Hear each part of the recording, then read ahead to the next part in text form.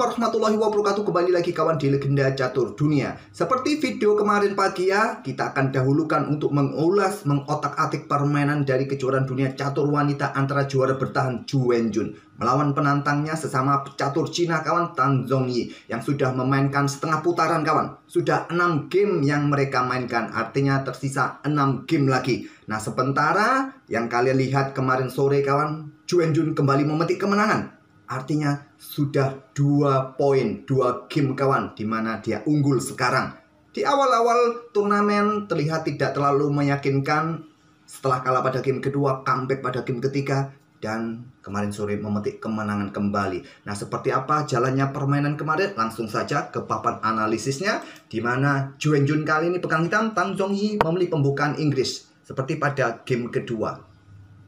Ingin mengalahkan Zhu Wenjun dengan permainan yang sama pada game kedua kawan. Kuda F6, ada kuda F3, dilanjut dengan pion E6. Ini adalah variasi Against Court Defense dari English Opening. Yang biasa nanti disusul dengan pion D5. Sering kita dapati permainan Catalan ataupun Queen's Gambit Decline nanti ke depan. Nah, pion B3 bukan pilihan utama. Ini langkah populer keempat di posisi ini kawan. Yang paling populer di posisi ini adalah variasi Fianchetto, yang nanti biasa kita akan dapat permainan Catalan setelah pion D5, gajah G2, gajah E7. Mungkin kalian melanjutkan dengan langkah rokade ataupun dengan pion D4. Kalau rokade kita akan temui neo Catalan, kalau langsung dengan pion D4 seperti biasa kita akan temui Catalan tertutup. Oke, kembali lagi ke permainan aslinya kawan. Tapi Tan Zhongyi memilih dengan pion B3 saja. Lanjut dengan pion D5, gajah B2. Nah, di posisi ini paling banyak gajah ini tempatkan petak E7. Sama, nanti kita akan dapat permainan Queen's Gambit Decline atau Catalan kawan. Nah, pion G3, rokade, gajah G2, dan seterusnya. Memilih dengan pion C5, langsung ingin okupansi petak pusat kawan, melakukan counter attack. Pengembangan kuda ke C6 jadi opsi. Nah, pion langsung didorong agar tidak terhalangi oleh kuda yang ingin dikembangkan petak C6. Kuasai petak center sementara waktu. Ya, secara prinsip kalau lawan kalian tidak menempatkan pion-pion di center sesegera mungkin, kalian langsung bisa counter atau juga mendapatkan tempo lebih cepat untuk kuasai petak pusat. Dengan pion C5 dari Zhu Wenjun. Pion pukul pion D5, ambil balik oleh pion E, tetap ya untuk mendapatkan kontrol di center ini kawan dengan 2 pion. Variasi Fianchetto dilanjutkan oleh Tan Zhongyi dengan pion G3. Ada kuda C6, gajah G2, dan pion D4. Bagus sekali ruang yang didapat oleh hitam kawan dengan pion D4. Kenapa tidak dihadang saja dengan pion D4 di sini? Nanti akan terjadi seperti ini kan. Pion C pukul pion D4, kuda ambil balik mungkin. Nah, menteri akan keluar menekan kuda. Kuda pukul kuda C6, ambil balik dengan menteri kawan. Nah, ada ancaman potensi discover pada benteng. Ada juga tempo gajah ini akan bisa keluar, bisa merepotkan pertahanan putih. Jadi, lepaskan kontrol petak pusat, melangkah gajah G2. Dilanjut pion D4 dari Zhu Wenjun, Tan Zhongyi rokade, gajah E7, kuda A3, rokade, kemudian pion E3 untuk memecah dominasi pion hitam di center. Pion pukul pion E3, pion diambil balik pion E3, menantang pertukaran menteri. Ditahan dengan pengembangan gajah F5, dan di sini kuda E5, buka diagonal atau menantang pertukarannya, diterima oleh Zhu Wenjun. Dapur kuda, gajah ambil balik, dan menteri J8. Berkoneksi dengan gajah ataupun juga untuk mengawal pion B dari ancaman sniper putih ini. Juga berikan tempat ya bagi benteng sewaktu-waktu langsung bisa menempati lajur pusat. Begitu juga dengan Tan Zhongyi, geser menterinya ke E2. Ada gajah 3, dan kalian punya opsi di sini kawan untuk langsung melakukan pertukaran, sikat kuda di F6 juga bisa, atau keluarkan bentengnya, benteng AD1, segera tempati lajur D yang sudah terbuka penuh, satu-satunya lajur yang terbuka penuh. Tapi Tan Zhongyi memilih dengan menterinya ke F3, Zhu Wenjun menukarkan gajah pukul gajah D2 terlebih dahulu, gajah pukul gajah G2, agak sedikit apa ya, lidah ini terkadang G, B, D agak-agak mirip, terkadang juga kepleset ya. Ambil balik oleh raja, kemudian menteri E6. Koneksikan 2 benteng, mendekati gajah juga, dan siap bentengnya menuju pusat. Gajah mundur, diikuti kuda ke E4. Untuk mencari pos yang bagus, siap garbu menteri benteng. Benteng F yang keluar terlebih dahulu, benteng F D1. Kemudian ada benteng AD8 menantang pertukaran. Sebentar. Admin ini menggunakan kamera HP ya, bukan webcam seperti kemarin. Pertama kali ya live pakai penampakan. Walaupun beberapa kali juga admin tunjukkan foto admin, foto waktu muda. Untuk usia-usia segini jarang sekali admin foto, cenderung nggak mau foto. Kalau diajak foto keluarga nggak mau admin foto. Sudah. Oke kawan, sekarang kuda C4 pilihan dari Tan Zhongyi untuk mendekati center. Posisi yang cukup bagus mungkin ya kuda nanti bergerak ke peta E5 kah? Ada pion B5 serang kuda, kuda E5, pion F5, perkuat posisi kuda karena di cut off ya posisi menteri kuda. Nah, kuda ke D3, lanjut Tan Zhongyi, mau kemana? Peta F4 kah? Kalau engine komputer menyukai langkah menteri ini ke peta E2 kan, memberikan tekanan pada pion yang di sini. Seperti ini, mungkin nanti ada gajah F6 serang kuda. Nah, ada ruang kosong yang bisa diisi oleh kuda mundur. Pos yang cukup bagus, pertukaran kah di sini masih bisa diambil balik oleh menteri. Mungkin akan diikuti benteng diangkat naik kah atau gimana? Banyak opsi juga. Pion H6, pion A5 juga bisa didorong oleh hitam.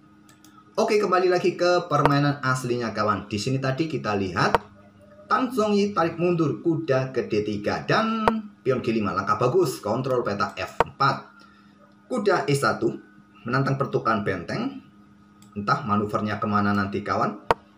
Gajah F6 sama-sama membuat langkah slip ya, di langkah 21, langkah 22. Lagi-lagi ada opsi pion G4, pion C4 diadu untuk ya meloloskan satu pion. Seperti yang kalian lihat di sini, hitam punya mayoritas pion ya. Sayap menteri 3 pion melawan 2 pion kawan. Secepat mungkin kalau menurut engine Stockfish, hitam bisa dorong pionnya untuk membebaskan segera pionnya di sisi menteri. Tapi kita dapat dengan gajah F6 menantang pertukaran, terima chop, chop, kemudian benteng chop, chop dengan benteng untuk kuasai lajur D.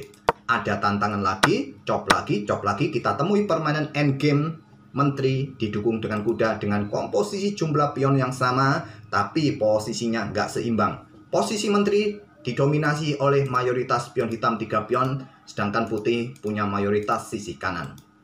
Dirasa masih imbang, masih level di langkah ke-26. Lanjut, menteri D6 sentralisasi menantang pertukaran, ditolak keluar, ingin menuju peta E8 nanti. Raja maju G7, menteri E8, ada pion A6 supaya terkoneksi ya dari ancaman menteri putih ini juga. Kuda keluar lagi ke F3, kuda mundur ancam menteri, menteri ke A8, ada pion H6. Perkuat lagi-lagi untuk ya solidkan posisi pion dalam posisi terancam kuda, dan di sini pion H4. Lanjut Tan Zhongyi melewatkan langkah kuat kuda E1. Kuda E1 langkah kuat yang mungkin ada tantangan pertukaran menteri, bisa jadi banyak opsi karena di sini menusuk ke baris kedua juga bisa, ataupun amankan raja naik, atau menantang pertukaran menteri, memaksa ya kalau kayak gini. Tapi tadi dengan pion H4 Tan Zhongyi bermain, tentu pion didorong mendapatkan ruang kawan. Nah, coba lihat pion ini akan menjadi masalah ataupun pion ini. Kalau pion ini yang didorong, pion ini nanti bisa jadi pion terpisah. Didorong, pion ini jadi pion yang menggantung. Dilema buat putih. Menteri B7 skak, blokade menantang pertukaran, jual beli, kita temui endgame kuda versus kuda kawan. Kuda D2, lagi-lagi kita temui langkah yang kurang akurat dari Tan Zhongyi. Ke E1, lebih kuat. Oke, ke D2. Raja F6. Dengan adanya pion kawan, coba lihat. Raja ini membutuhkan lintasan yang begitu berkelok-kelok ya. Karena adanya pion, jadi untuk menuju pusat sudah sangat jelas raja hitam ini lebih cepat. Itu jadi satu keunggulan hitam di endgame ini. Lanjut dengan pion F4, seperti yang saya sebut tadi, kalau pion ini didorong sekaligus ya, pion ini menjadi pion tergantung ya, punya tempat lah peta E4 untuk menantang pertukaran. Lagi-lagi yang menjadi pembeda adalah aktivitas raja di sini. Kalau engine menyukai kalau didorong sekaligus saja, tantang pertukaran pion. Mungkin akan ditolak. Ya idenya mungkin tadi untuk mencegah pergerakan raja. Nah, kuda B1. Nah, di sini coba kalian lihat ya. Kalau diterima, pion hitam akan terpisah. Kalian juga punya aktivitas raja untuk membatasi ruang gerak raja hitam ini kawan di area-area terang ini. Tadi memilih langsung dengan pion F4, batasi ruang pergerakan raja. Tapi raja masih punya peta E6. Pion E4 diadu, cop. Nah, raja D5, ancam kuda. Kuda F2 ancam pion, diperkuat dengan kuda untuk mempercepat aktivitas sebelum dorong pion H5-nya. Raja F1, raja D4, ada raja E2, pion H5, sekarang pion aman ya, dan kuda akan siap beraksi. Pion A4, tantang Tang Zhongyi, ditahan saja dekati pion B kawan, raja C3, pion pukul pion B5, ambil balik, dan pion ini bisa jatuh ya. Tapi kita lihat saja. Ada kuda D3, ancam pion yang di sini. Ada opsi untuk ambil pion langsung ataupun bergerak kuda ini kawan, amankan pion dan ancam pion G3. Memilih dengan kuda saja. Juan ada opsi nanti bisa meloloskan satu pion di sisi kiri, sisi menteri, ataupun juga meloloskan pion di lajur G kawan. Seperti yang kalian lihat ya. Pion G ini jatuh dan pion G hitam bisa lolos. Lanjut kawan dengan raja E3. Kuda caplok pion G3. Lanjut Juan, kuda ambil pion C5. Kuda F5 skak. Raja maju. Nah, kuda caplok pion H4. Dua pion yang bebas sekarang. Raja E5. Tang Zhongyi juga ingin mengawal pion bebasnya kawan. Ada raja B4, kuda E4, raja ambil pion. Begitu banyak pion ini sudah bebas kawan. Tersisa satu pion, ada kesempatan kalian caplok masih bisa menang. Tang Zhongyi masih belum mau menyerah. Kita berada di langkah ke-48. Tentu sejak langkah ke-41 tadi kontrol waktu sudah ditambah. Untuk masalah kontrol waktu sudah tidak ada hambatan atau alasan lagi bagi kedua pemain. Raja F6, kuda F3, ada pion dorong, pion H yang didorong lebih dahulu. Raja E7, berikan jalan bagi pionnya. Nah, di sini pion G3, pion H3 apakah bagus? Masih memungkinkan. Tapi yang lebih kuat meloloskan pion di lajur G yang sulit untuk dikawal oleh kuda putih ini kawan. Tapi putih juga masih mencoba dorong pion. Tapi selepas pion G2 akhirnya Tang Zhongyi kawan menyerah di langkah ke-52. Tak perlu saya lanjut lagi ya, kalian pasti tahu sungguh terlalu kalau kalian di sini tidak bisa mempromosikan pion atau tidak bisa menang, apalagi kalah. Tidak bisa menang bukan berarti kalah ya, bisa jadi remis, tapi kalah pasti tidak menang, rugi pol kalau kalah. Oke, apabila permainan tetap dilanjutkan, putih juga ingin promosikan pion, langkah kuat, kuda ini ke peta E5 kawan. Siap ya, skak garduan nanti. Dan pion kalian bisa promosi. Kalian bisa juga promosikan pion. Promosikan pion di sini. Putih juga punya ya. Tentu kalian punya tempo terlebih dahulu untuk keluar melakukan skak-skak. Tentu masih menang. Tapi enaknya, yang paling enak ya kuda kawan. Kuda ini bergerak ke peta E5. Oke, cukup dua varian itu aja yang admin tunjukkan. Dan tadi di awal-awal video ya, admin juga kembali menunjukkan beberapa varian di tahap pembukaan. Ini merupakan akomodasi kawan-kawan kemarin ya, yang ingin melihat format video legenda catur dunia seperti itu. Karena mereka merasa apa ya, merasa dapat pelajaran dari video-video admin yang selalu menunjukkan varian-varian di tahap pembukaan kawan. Khususnya bagi kawan-kawan yang baru belajar. Tapi bagi yang sudah ahli, kalian bisa skip. Dan sebisa mungkin juga admin kurangi untuk ngomong-ngomongnya ya. Oke, terima kasih. Kita akan bertemu di video-video berikutnya dan live-live berikutnya. Insya Allah kedepannya admin akan coba tetap ya penampakan. Semoga penontonnya juga banyak yang mampir ke warung admin ini. Tetap admin harapkan juga kalian tetap mendukung dengan jempol kalian, sidik jari kalian tinggalkan di tombol like itu. Terima kasih. Wassalamualaikum warahmatullahi wabarakatuh.